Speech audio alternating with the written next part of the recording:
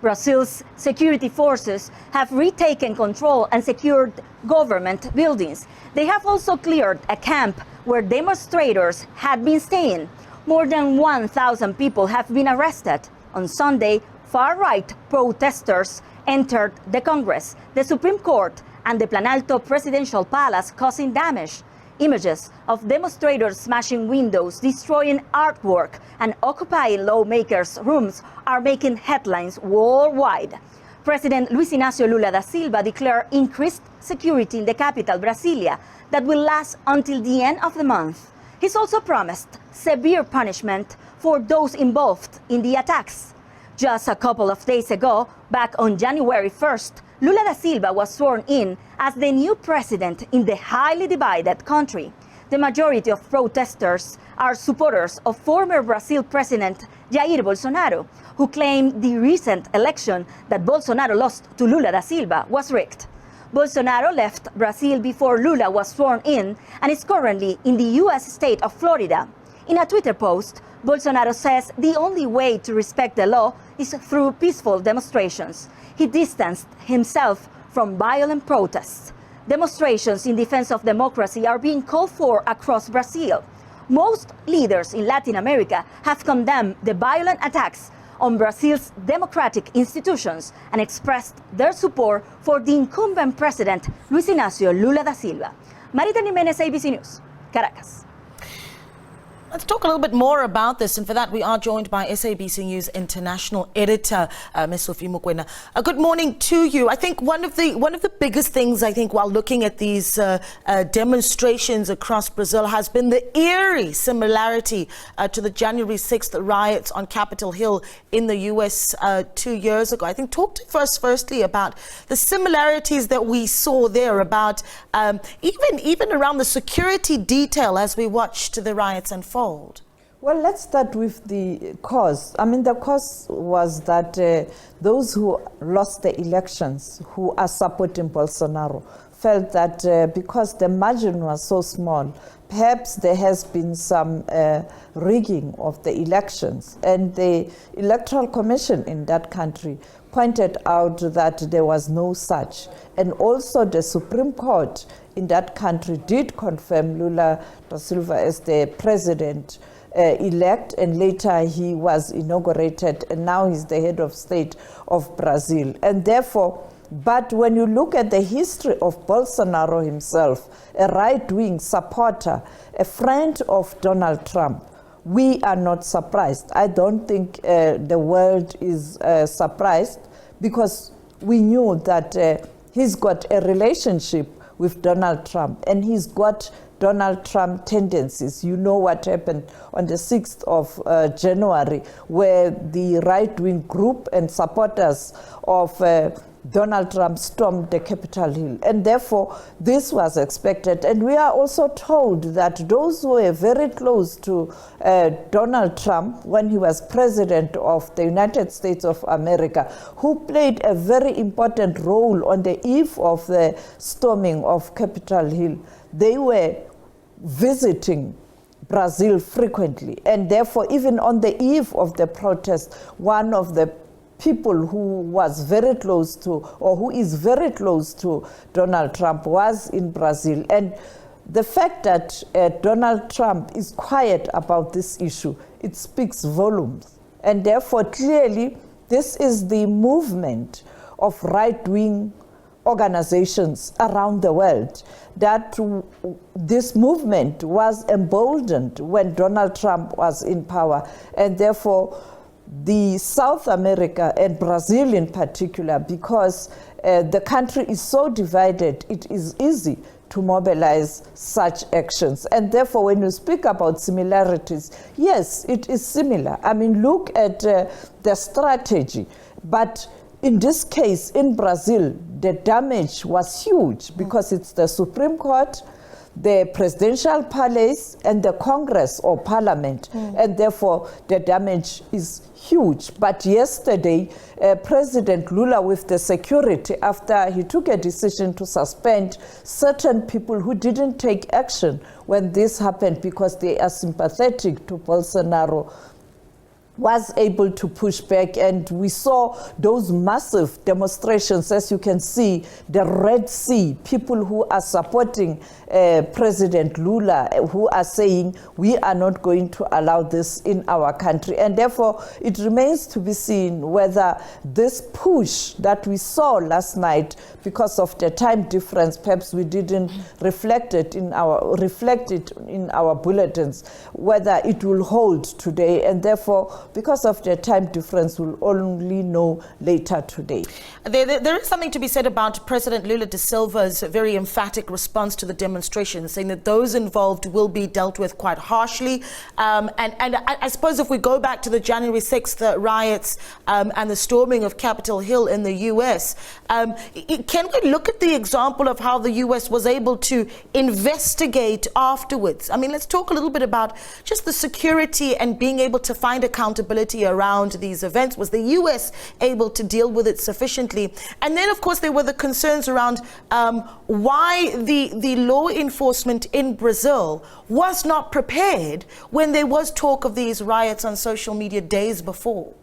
Well, of course, you are correct. You remember the role played by Nancy Pelosi, the then Speaker of the Congress, in ensuring that the right wing and supporters of Trump don't prevail.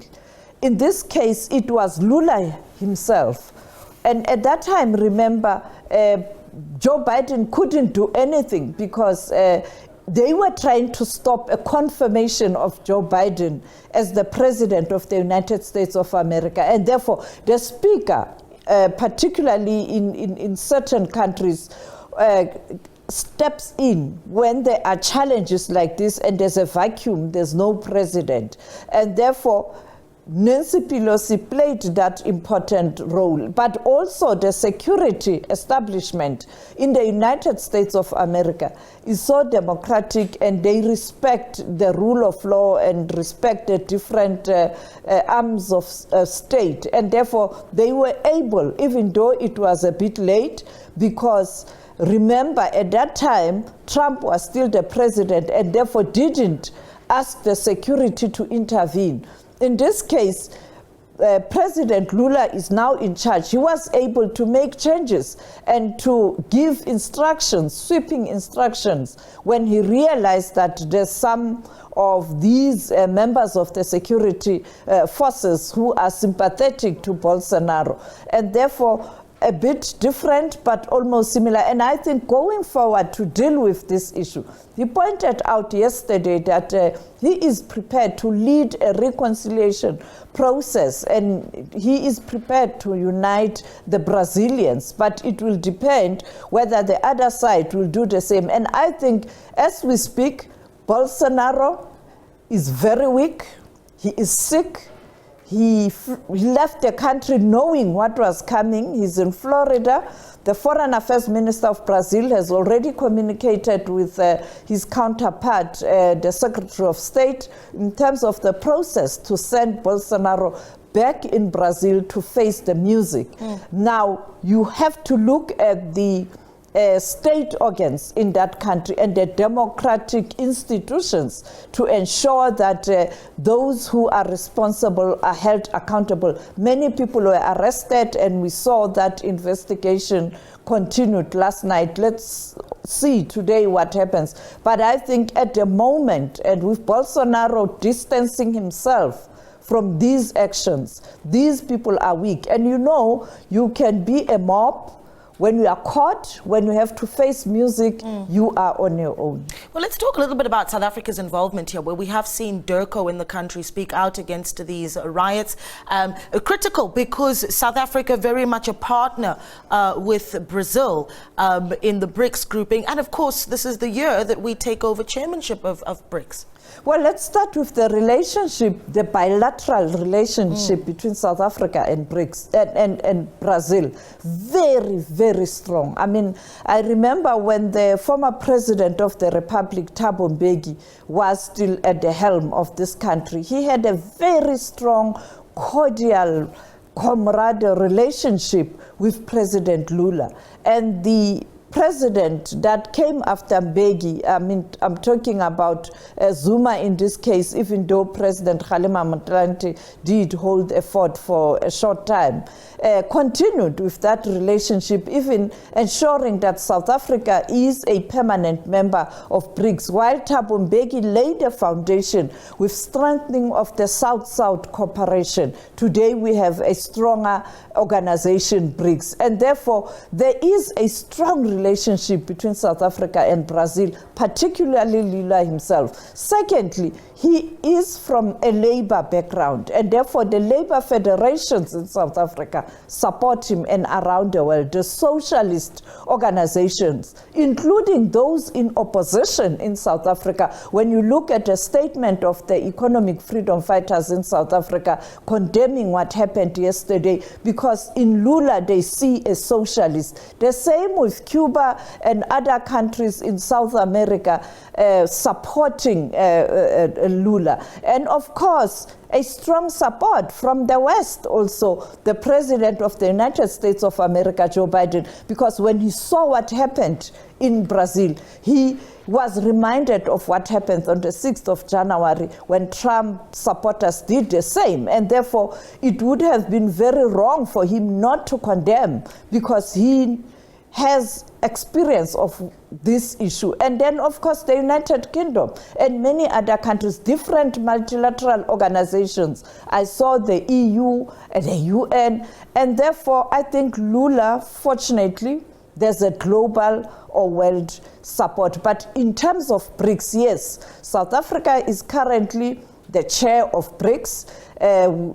South Africa took over from China on the 1st of January, and therefore South Africa now will have to mobilize the Brics member countries to support Lula, because Brazil is part of the Brics nations. And in Lula, the Brics countries, they can have a real ally, because Bolsonaro was so inconsistent, because he was a Donald Trump lackey. And India, yes, they are trying, but you know, India is more lenient towards the West, and particularly America. So now you have stronger partners in China, Russia, South Africa, and Brazil, and they can trust Lula. But let's take a listen at what President Ramaphosa, as the current president of Brics, and will be hosting his counterparts during the Brics summit in South Africa, said yesterday when he was engaging the media in his capacity as the president of the ANC, but touching on the global matters. Let's take a listen. Plays an important role in our foreign policy architecture. We hold it in great regard and high regard. And as a member of the international community, particularly the African Union and the United Nations, for us to be associated with great countries like Russia, China, Brazil, and India. For us, the small country that we are, it's a great lift for our image, for our standing in the world. And so we treat this opportunity with a great deal of seriousness and pride. But being the Pan-African type of organization that we are, and a country that we are, we want to use this opportunity to advance the interests of our continent. Yeah. And we will therefore, through the Brics Summit, be having an outreach process or moment where we will invite other African countries to come and be part of the Brics, because we do want Brics in whatever Brics does, to focus on helping to develop our continent. Our continent was pillaged and ravaged and exploited by other continents. And we therefore want to build this solidarity in Brics to advance the interests, of course, initially of our own country, but also of the continent as a whole. So we want various role players in South Africa. The other day I was calling on business, because we have a Brics business forum. We also have a Brics social organization forum, a number of other associated forums are part of the Brics family. So we want them to really be part of this whole process as we move forward. Yeah, the president there speaking about how South Africa, the chairing Brics in 2023 certainly is a wonderful opportunity. We continue the discussion with our SABC News International editor, Sophie Mokoena. Let's talk a little bit about the criticalness, really, the significance of South Africa being able to chair Brics in 2023. What we really benefit from that membership particularly, and what we should do with it in 2023. Well, South Africa is not an island. The more we get engaged or participate in these multilateral organizations, the better, because then you can push the interest of South Africa, but also the interest of Africa, as the president has pointed out that the ANC, a former liberation organization that has got a Pan-African outlook, in other words, putting Africa first, and also very close to these countries, can be able to mobilize resources for the entire continent and for South Africa.